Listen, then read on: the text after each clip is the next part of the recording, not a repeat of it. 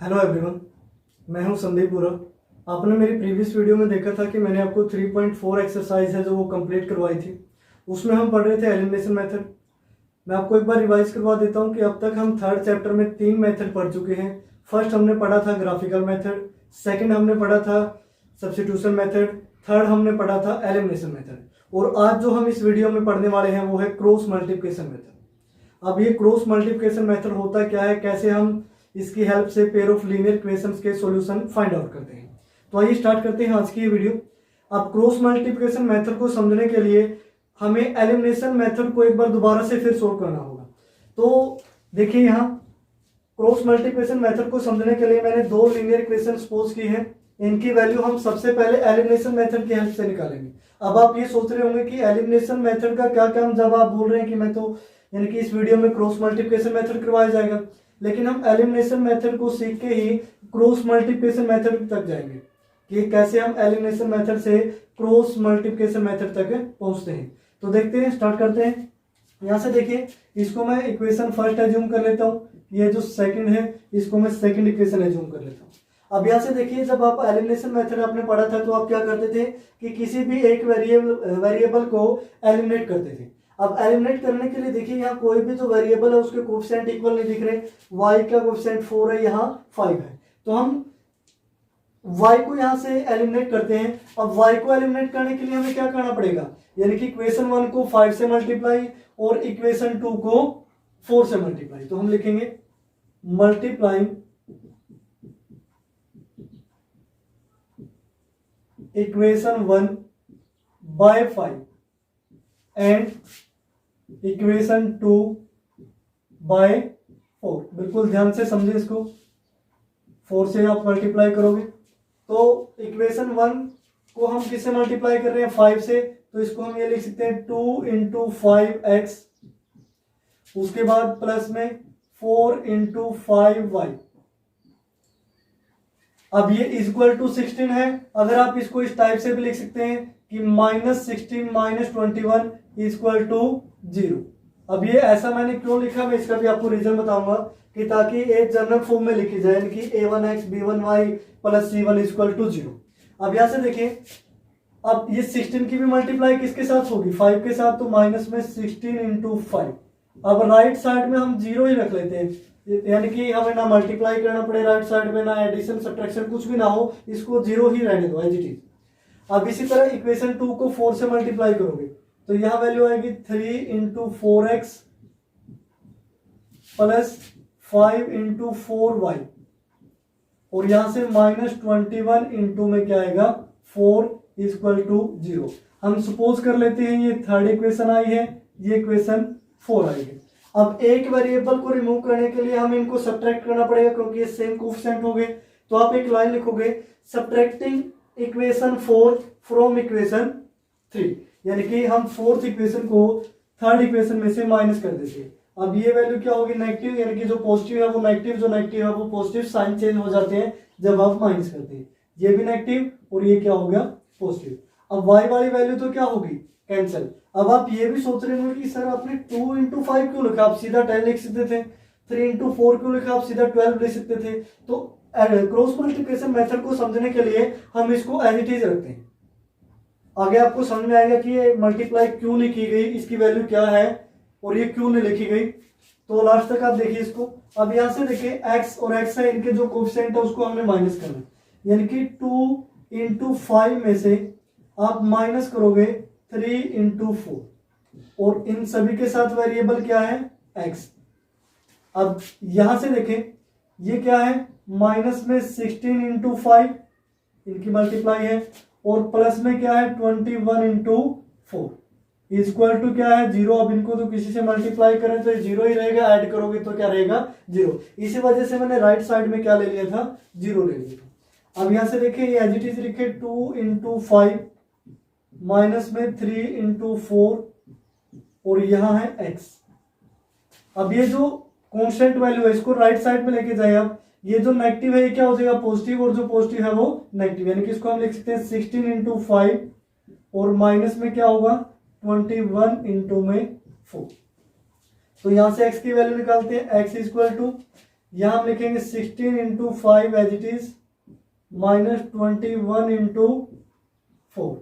अब डिवाइड में ये जो सारा जो भी वैल्यू लिखी है एक्स के साथ मल्टीप्लाई में है, इसको हम कहाँ लिखेंगे? डिवाइड में, यानी कि 2 इंटू 5 माइनस में 3 इंटू 4।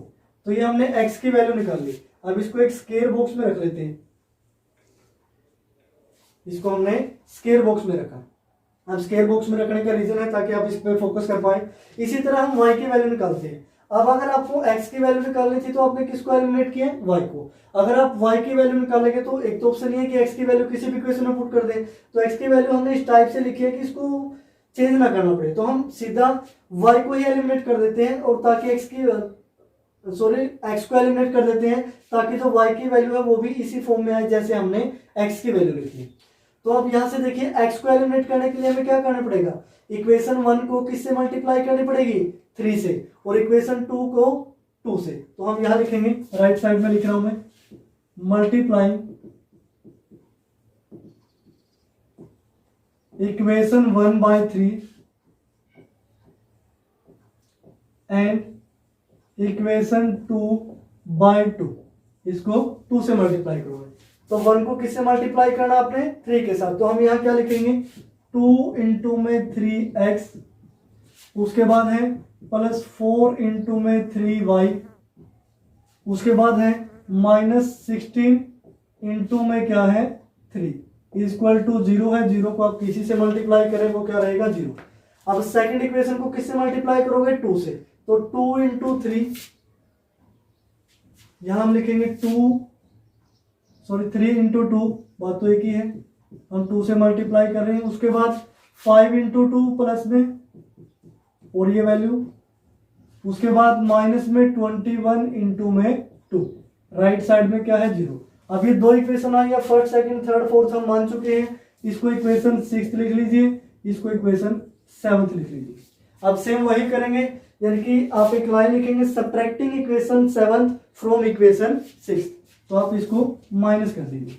अब ये नेगेटिव हो गया, ये नेगेटिव, और ये वैल्यू क्या होगी? पॉजिटिव। अब यहां से कौन सा वेरिएबल आपने एलिमिनेट किया? x। तो x को हम एलिमिनेट कर देते हैं, ये वैल्यू क्या होगी? कैंसिल, दोनों का कोएफिशिएंट सेम था। अब y के केस में देखिए, यहां से जो 4 इंटू 3 है उसमें से आपने क्या माइनस करना पड़ेगा? 5 इंटू 2। इनके सभी के साथ क्या है? y है वेरिएबल। अब यहां देखें, माइनस में है 16 इंटू 3, और प्लस का क्या हो गया? 21 इंटू 2। राइट साइड में तो क्या रहेगा? 0 ही रहेगा। अब यहां से y वाली वैल्यू को एज इट इज लिखते हैं, 4 इंटू 3 माइनस 5 इंटू 2, साथ में है y मल्टीप्लाई में।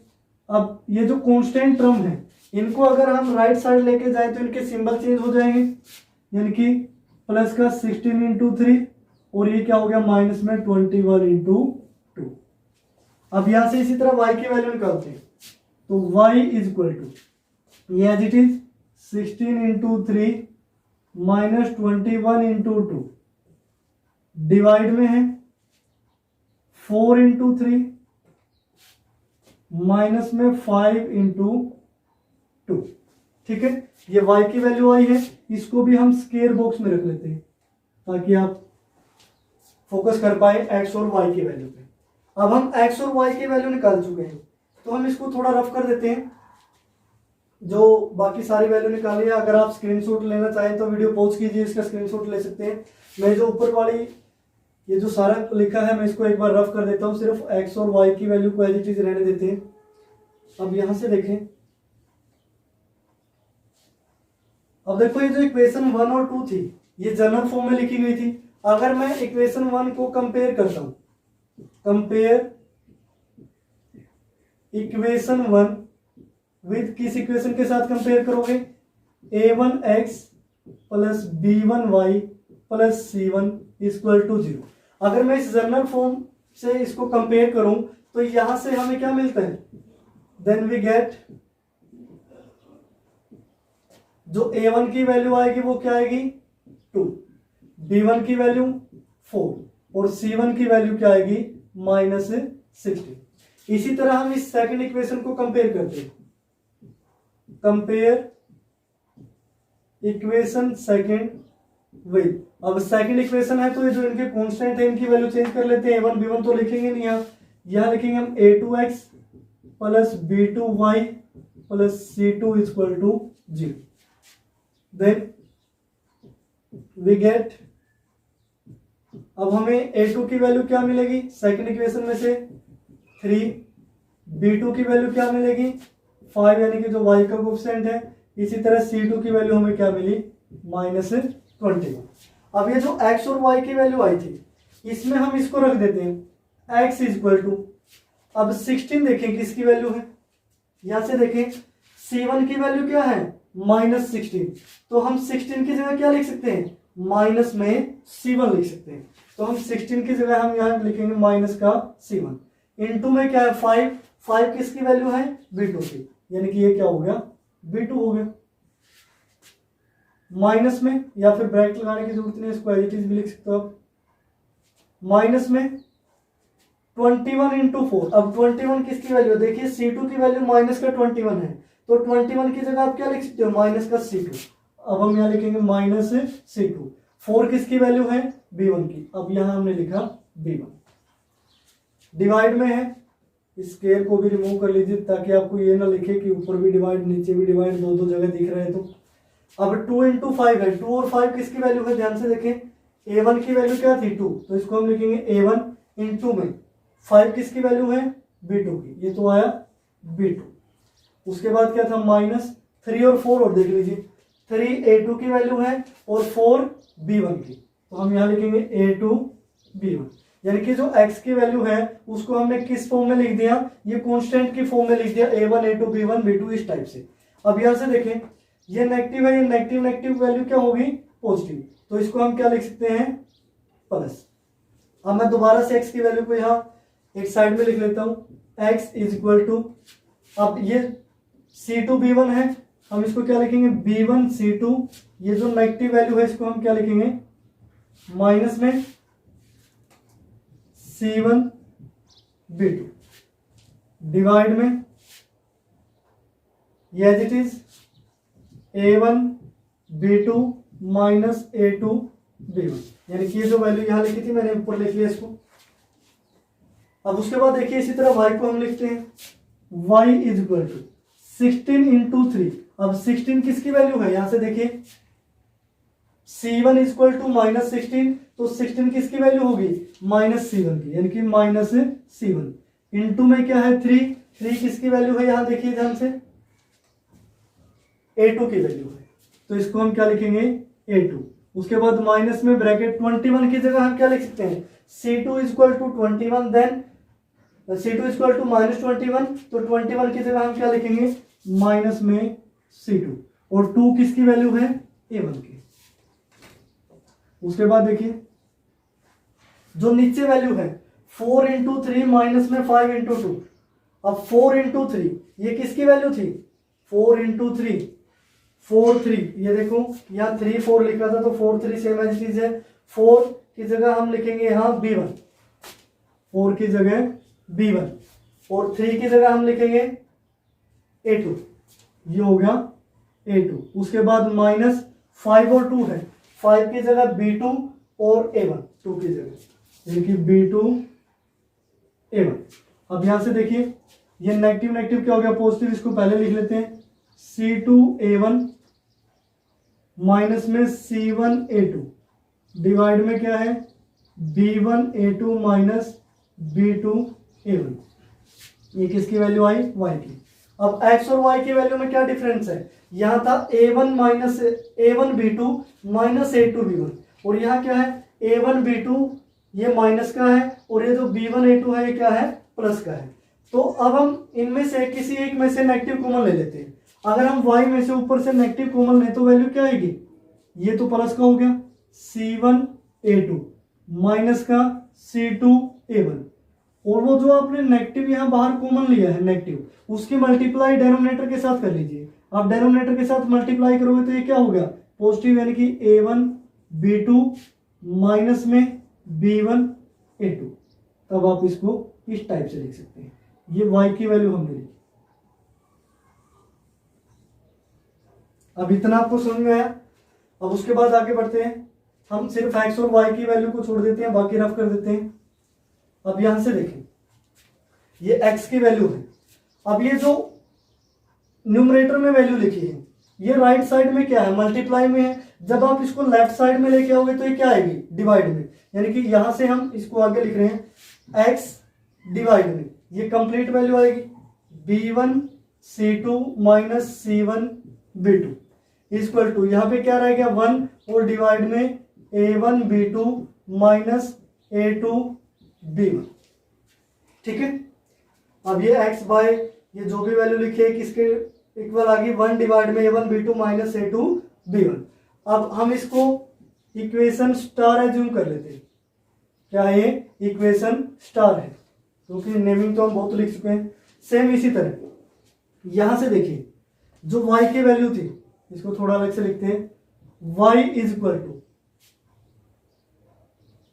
यहां से देखिए y इक्वल टू दिस था। अब ये क्या है, न्यूमरेटर। अब न्यूमरेटर मल्टीप्लाई में है तो y की क्या आएगा, डिवाइड में। तो डायरेक्ट मैं यहां आपको लिख रहा हूं y डिवाइड में c1a2 minus c2a1 equal to क्या आया, अब ऊपर क्या रह गया 1 और डिवाइड में क्या आया a1 b2 minus b1 a2, यानी कि इस टाइप से।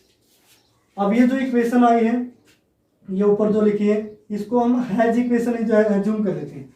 इक्वेशन हैज, ये स्टार है, ये हैज है, अलग से नाम दे दिए, इंटरेस्टिंग नेम है।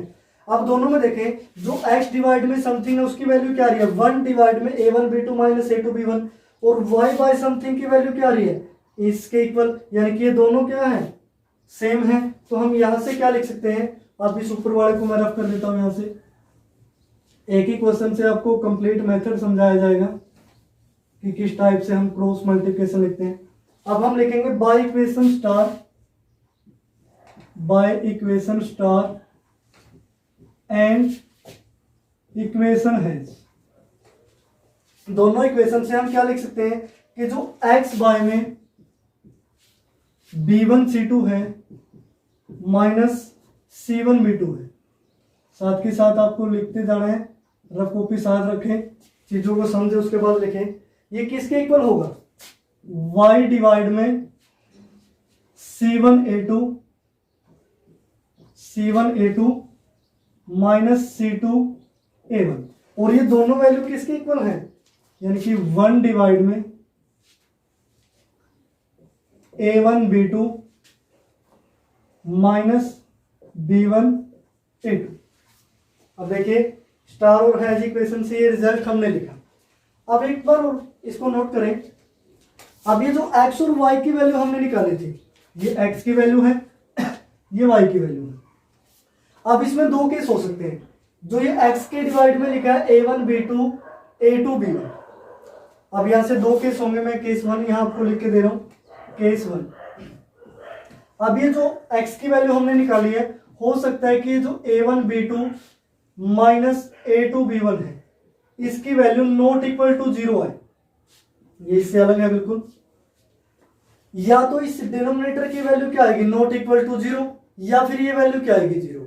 अगर ये डिनोमिनेटर की वैल्यू 0 हो जाती है x और y दोनों के केस में, तो x और y की वैल्यू क्या चली जाएगी, अनडिफाइंड, यानी कि जिसको हम डिफाइंड ही नहीं कर सकते। अगर ये नॉट इक्वल है, यानी कि x की कोई ना कोई रियल वैल्यू एग्जिस्ट करेगी, इतना तो आपको भी पता है कि अगर ये 0 नहीं है, समथिंग के डिवाइड में अगर 0 आ जाता है तो कौन सी फॉर्म में चला जाता है, अनडिफाइंड फॉर्म में।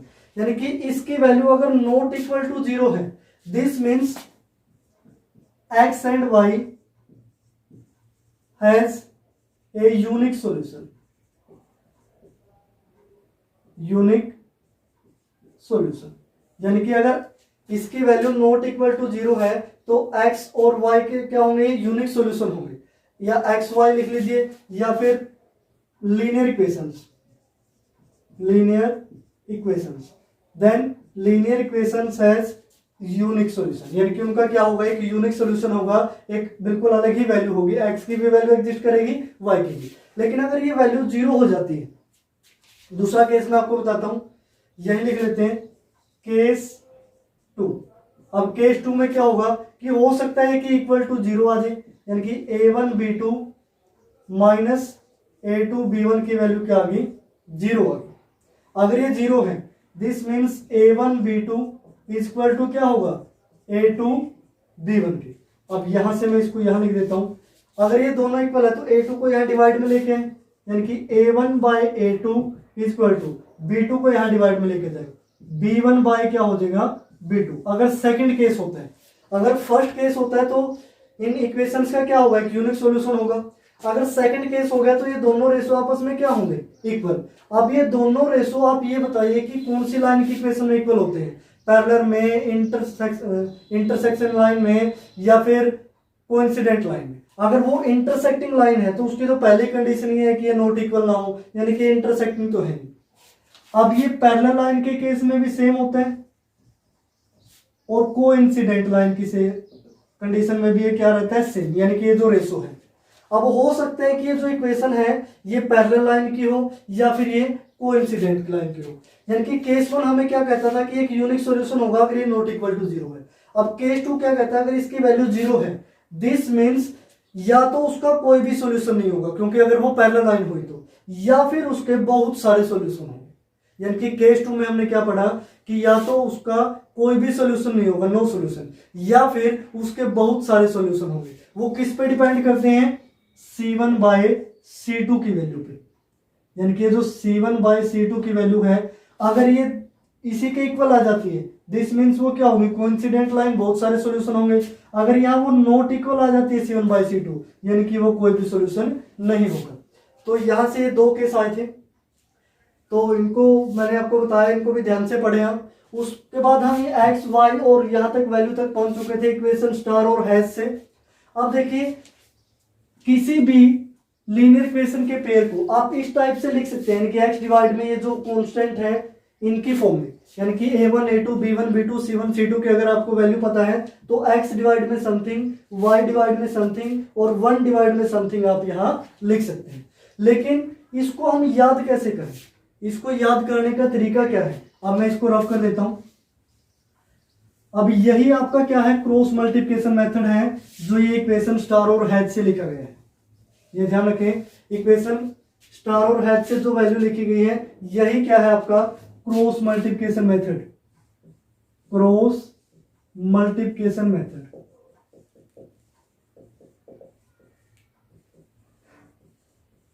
इसी टाइप से आप वैल्यू निकालोगे। अब इसको याद करने का तरीका क्या है, स्टूडेंट कंफ्यूज होंगे कि B1 C2 C2 B1 ये क्या हो गया।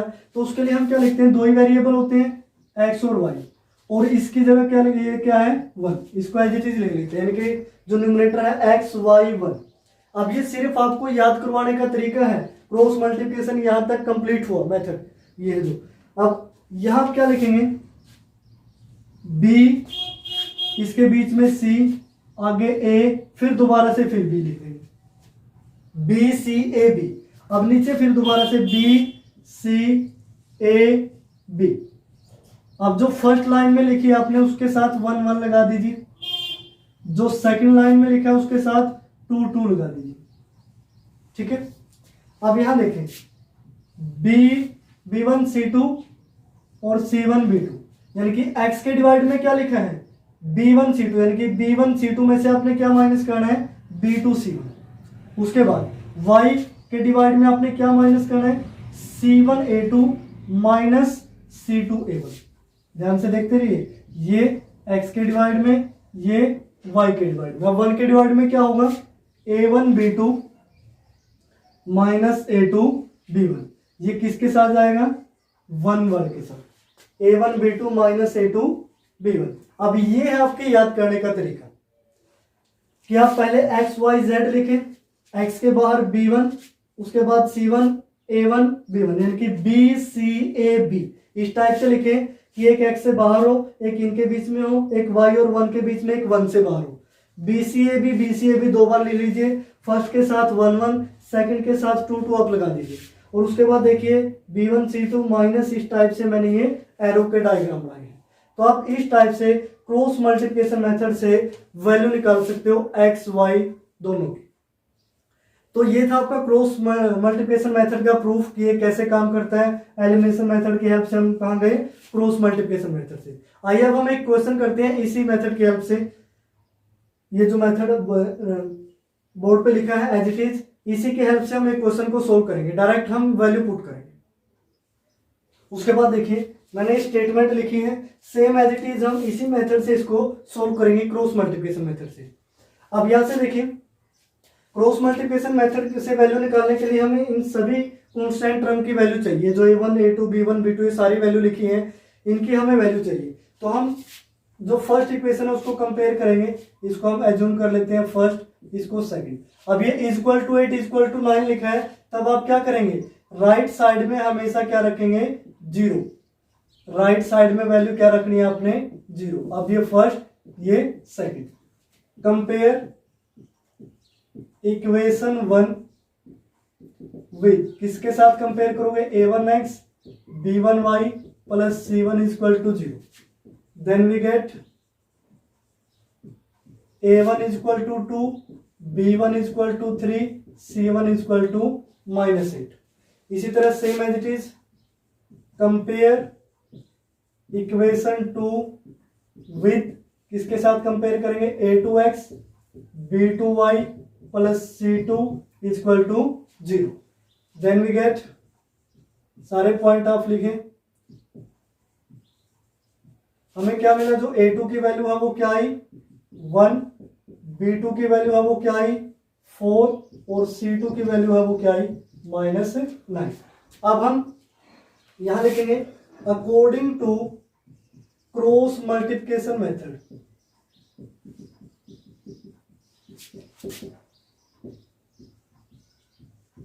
अब क्रॉस मल्टीप्लिकेशन मेथड क्या कहता है, आप एज इट इज ये जो वैल्यू है, ये जो इक्वेशन है, ये एज इट इज लिखें x डिवाइड में।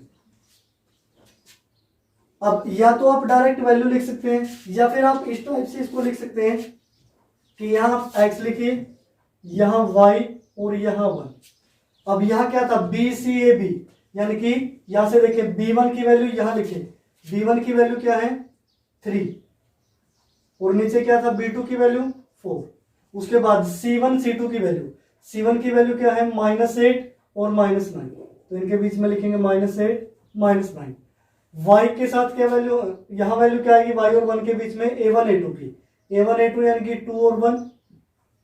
ये सिर्फ याद रखने का तरीका है, क्वेश्चन आप वैसे ही सोल्व करो, या फिर ऐसे लिख के बाद में इस तरीके की वैल्यू में आप चेंज करें और उसको सोल्व करें। अब 1 के बाहर वैल्यू क्या आएगी, b1 b2, यानी कि जो हमने स्टार्टिंग में लिखा था 3 4।